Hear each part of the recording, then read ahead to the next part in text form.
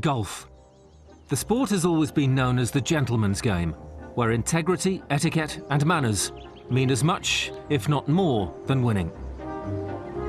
These high ideals underpin the Ryder Cup, but the intensity of competition is like nothing else.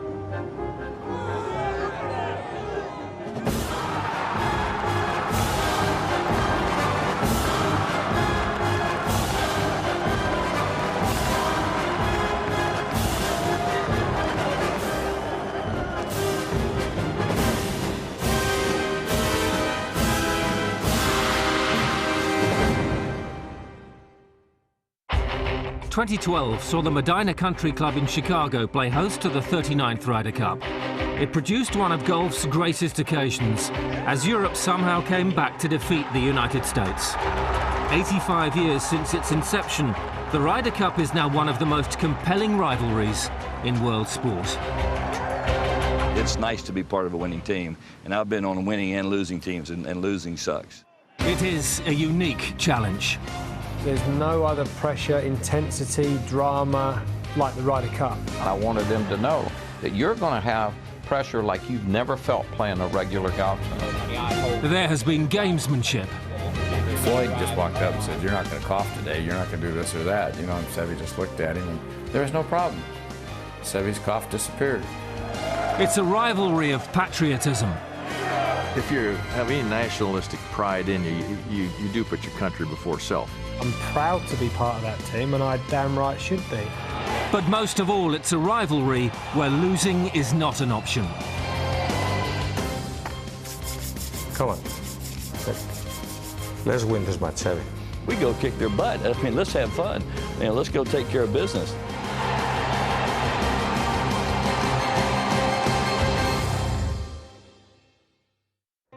In 1921 at Gleneagles, a friendly match between America and Great Britain took place, sowing the seeds of the Ryder Cup that we know today. 5 years later at Wentworth, there was a rematch with one particularly interested spectator, a wealthy seed merchant called Samuel Ryder. He watched the Americans playing there along with the best of the British and Irish players of the day and thought, wouldn't it be a cracking idea if we had these guys play against each other to promote friendship between the golfers of the two countries, if you like, and he put up the now famous elegant golden trophy, and the Ryder Cup came into being. The first 4 Ryder Cups were shared. 1933 proved to be a classic, Great Britain winning on the final hole to take the trophy. It was to be their last win for 24 years. Americans were always recognised as being the stronger. They had greater strength and depth. You know, there were 250 million of them for a start. Despite Britain winning in 1957, America were the dominant force, but there were classic moments. In 1969, Tony Jacklin and Jack Nicklaus were level on the final hole at Royal Birkdale. We both hit good shots on the last. Mine was toward the back of the green. He had about a 20-footer. I hit my first putt, figuring I might have to make this to win the Ryder Cup. And I ran it by the hole about 4.5, 5 feet. Then Tony putted and ran it up, inside of 2 feet. And like the great player, he's hold it and picked my marker up. I just instinctively reached over and picked up Tony's coin. He says, "You're going to give me that?" And I says, "You never would have missed it anyway." Tremendous sportsmanship on his part. My captain wasn't real happy with me. What the most important thing was that I think it was the right thing to do. It was a great example of sportsmanship, but the Americans could be magnanimous when they were so superior. Britain suffered for a long time after the war to get its act together in sports and golf. We always used to say, well, why can't we have golf bags like they have? And, you know, our golf bags never looked as good as theirs. It was all sort of, they all seemed to have one up on the first tee. As America's superiority continued throughout the 1970s, interest in the tournament began to wane, even amongst some of the players. In 1977, former Open champion Tom Weiskopf rejected the chance to play. Tom marched the beat of a different drummer. I think he had a big hunting trip planned, and the Ryder Cup interfered with it, so I think he had already paid for the hunting trip, and he was going to go hunting. It was shocking to those of us over here that a guy should prefer to climb a mountain and shoot a goat than to shoot some birdies. In 1977, America recorded their 18th win in 22 Ryder Cups. Something had to change, despite new British talent emerging. We beat them like a drum every year. So I went to John Darby and I said, this Ryder Cup is such a great event that shouldn't include all of the European players that are part of your tour now. It was decided that, yeah, that was a good idea. And so that 1977 was the last of the Great Britain and Ireland teams, and 1979 was the first of the European teams, and that is when we can talk about the modern Ryder Cup. Widening the net to include Europe had little initial impact. Defeat in 1979 was followed by a hammering on home soil in 1981. The team needed a captain who understood the Ryder Cup, and they chose a man who'd been central to their last success, Tony Jacklin.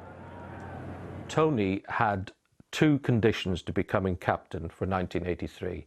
He said, one, they had to fly better. Before that, they'd been flying across the Atlantic in economy seats. They had to fly first class. They had to wear the best cotton and the best cashmere.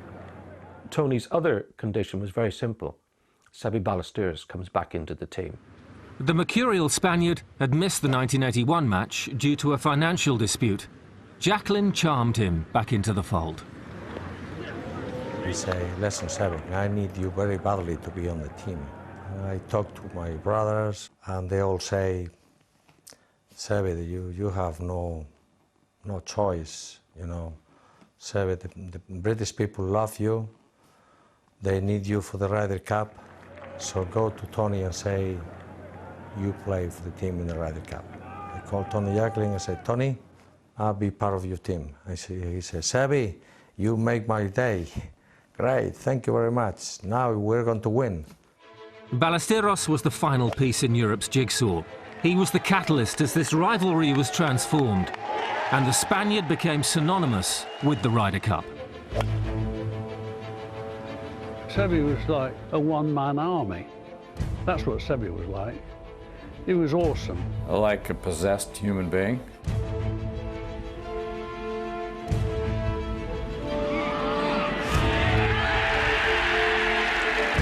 Seve, believed in taking gamesmanship to the highest form. If Seve knew he could push your buttons, he would. Seve was always into everything. He liked to be in charge, and he liked to be in everybody's face, and it definitely upped the ante in the Ryder Cup, no question. In 1983, the European team flew into Palm Beach, Florida on Concorde. For the first time in a generation, they were going to give America a game.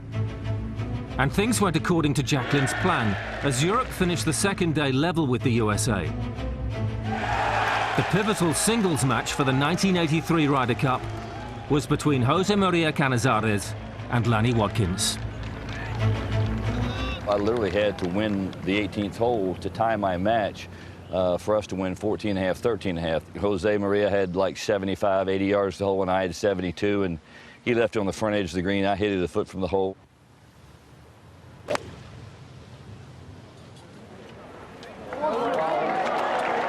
Won the hole and tied my match, and I walked up on the green. I was so excited. Tom Kite slapped me on the back. I went to say something. Nothing came out.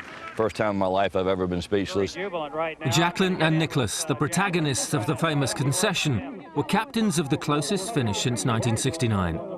Europe may have lost, but America knew they'd been in a game.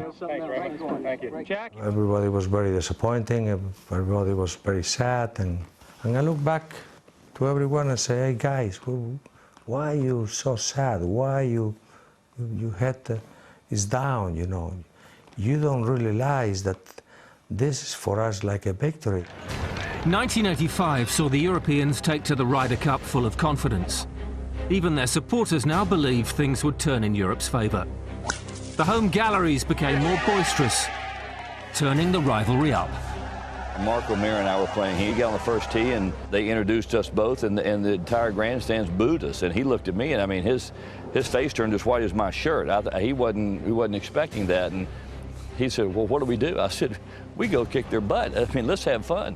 You know, let's go take care of business. This is what it's all about. I loved it. O'Meara and Watkins helped stem a European charge on day 2. After losing their first 2 matches, America needed to respond against Ballesteros and Manuel Pinheiro. They achieved their aim, despite Seve's gamesmanship. I had about a 25-footer for birdie, and Seve's coin was in my line, and I asked him to move it out of the way, and he did. And I pulled my putt, it hit his coin and went in the hole, and he kind of went nuts. He said, you do that on purpose. You have me move my coin so you can make that putt. I said, yeah, Seve, I'm that friggin' good, and don't forget it. 3 wins from 4 on the Saturday afternoon saw Europe go into the singles needing 5 points from 12 matches to win the Ryder Cup. A comfortable victory was achieved, Scotsman Sam Torrance clinching the crucial point for only the 2nd European win since 1933. The enemy had finally been vanquished. It was great, it was great, it was great. The biggest satisfaction was not winning the Ryder Cup. My biggest satisfaction was to see the British people so happy because they were waiting for so many years to see that moment. It made me feel fantastic.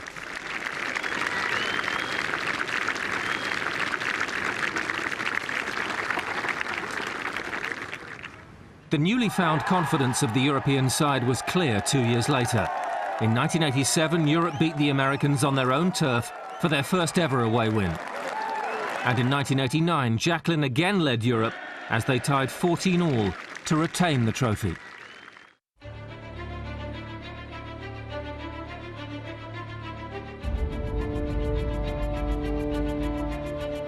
In its own way, terrifically entertaining, but terrifically entertaining in the way that a bad car smash is. You can't take your eyes off it, but you don't like what you see. By 1991, the Ryder Cup rivalry was unique. Never again would a European team feel inferior to an American side. For the first time, America had started to lose, and by 1991 at Kiowa Island, the rivalry was at fever pitch.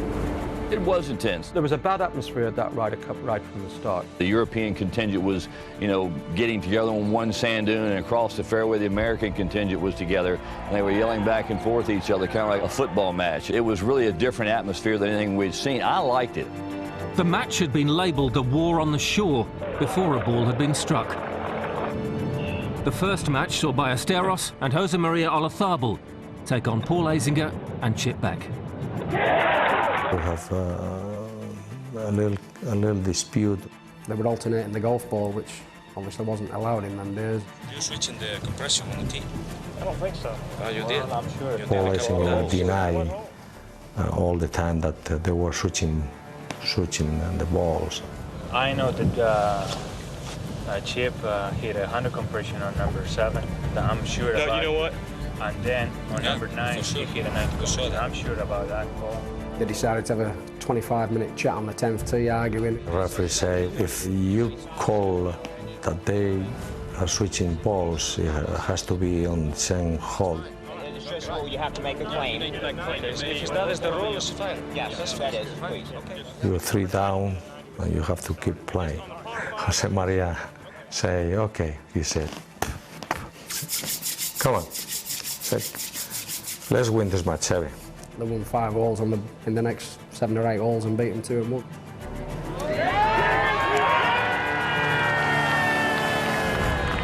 America took control on the Saturday morning, winning 3 of 4 matches. Seve tried to help his team by developing a bad cough that mysteriously occurred in the middle of his opponent's backswing.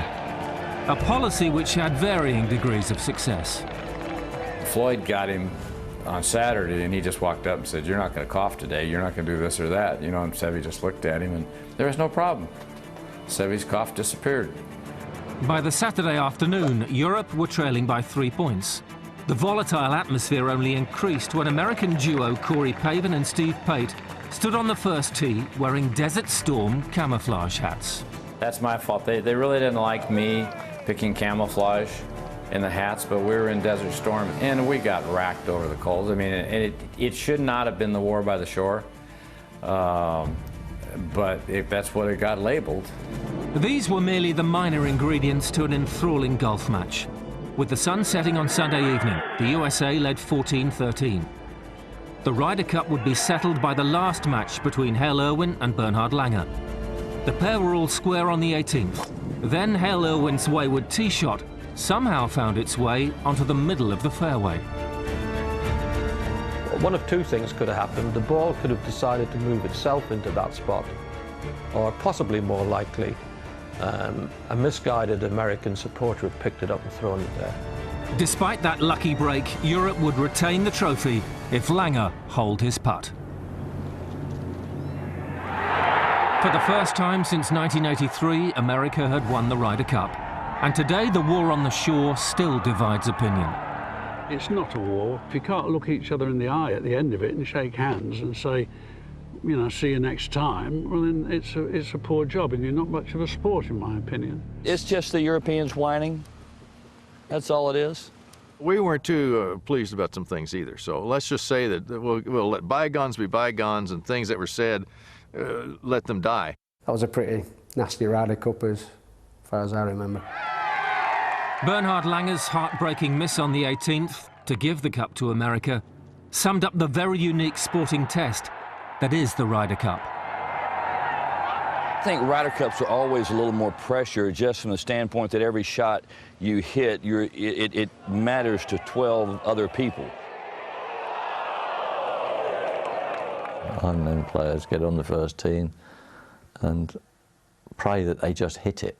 When I became captain, I had 6 first-time Ryder Cuppers on my team. I wanted them to know that you're going to have pressure like you've never felt playing a regular golf tournament. It's not just me trying to hold that 6-footer for the... Europe were the victors 2 years later. And in 1997, opposing captain Tom Kite was left trailing in Seve's wake as the Spaniard captained Europe to a 1-point victory in Valderrama, Spain. The 1999 Ryder Cup was held at the Brookline. Certainly the worst that Colin Montgomery has ever experienced, because he took some really vile abuse. If there's ever been anything about the Europeans that irritated me, was that when they come over here and even win or lose, they always find something wrong with the galleries. The penultimate match between Justin Leonard and Jose Maria Olazabal looked like being the decider. Leonard had been 4 down with 8 to play, but the Texan clawed it back.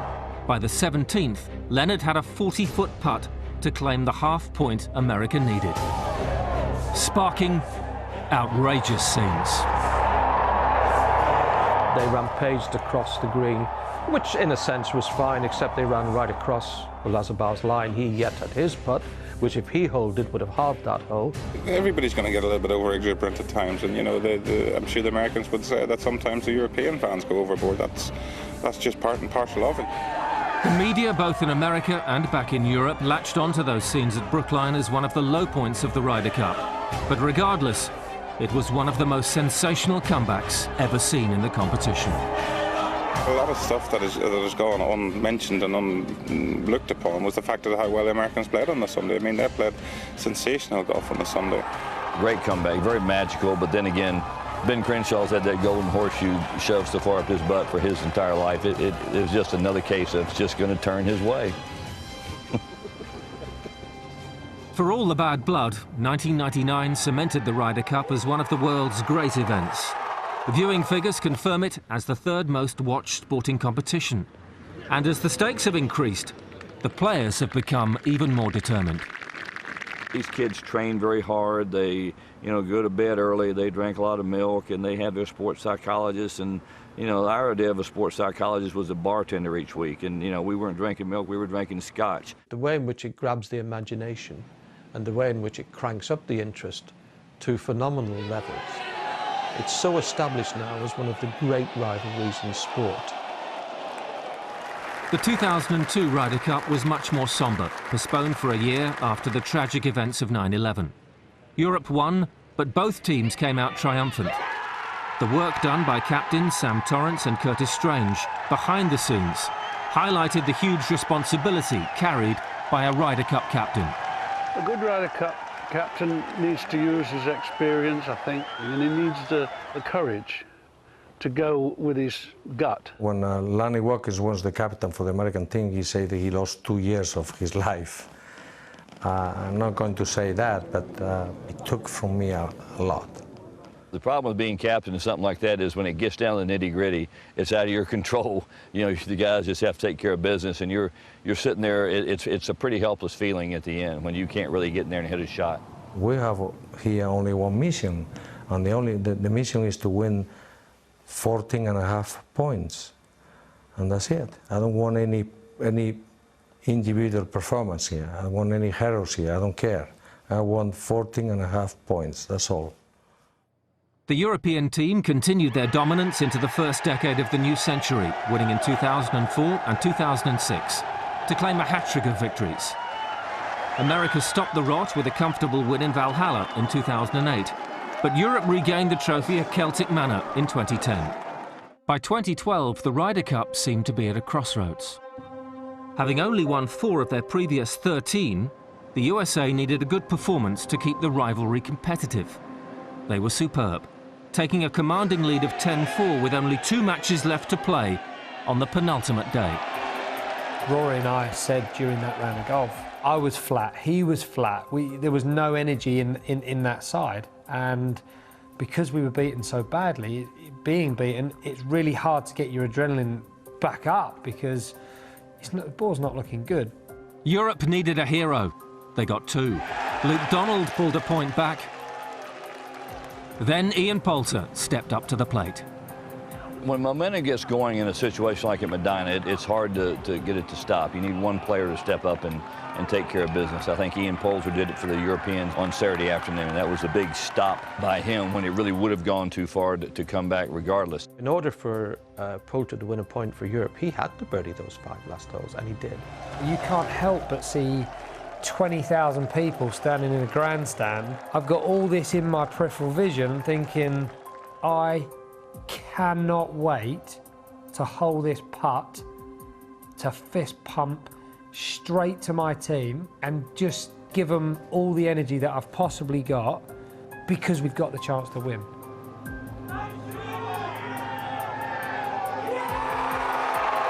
It's the most extraordinary single individual performance of any Ryder Cup that I have any knowledge of. We had a larger deficit going into Sunday than we did going into Saturday. But it didn't feel like it. Felt like we had a chance to go and win. The next day, Captain Olafable front-loaded his team to get points on the board. They delivered. Justin Rose, Donald, Poulter, Rory McIlroy and Paul Lawrie won Europe's first 5 matches to leave America stunned. As the Americans' head went down, the European chins came up. And as individual American players then, in the middle of those orders and towards the end, saw those scoreboards and began to realise, crikey, this might come down to me. Europe powered on until Martin Kaymer's putt retained the cup. It was a breathtaking comeback performance by the European side and the most dramatic Ryder Cup ever witnessed. Somehow, the Americans managed to pull defeat from the jaws of victory, and Europe did otherwise. It was terrific. It was one of the most incredible experiences I'm ever going to experience, probably in my golfing career. I mean, I just don't know. I don't know how you can possibly top that. It is a unique challenge in golf. Events at Medina in 2012 confirmed the Ryder Cup as one of the great sporting rivalries. Ryder Cup has a history, tradition. It's us versus them. It's a wonderful competition. Both sides really like to win. As a team thing, there's nothing like it. The size of it and the interest in it is fantastic. One of the great honors in your life because you're representing your country. There's nothing better feeling or better taste to beat the best. You always want to beat the best. I respect every golfer on their team, but when the bell goes, let's go at it.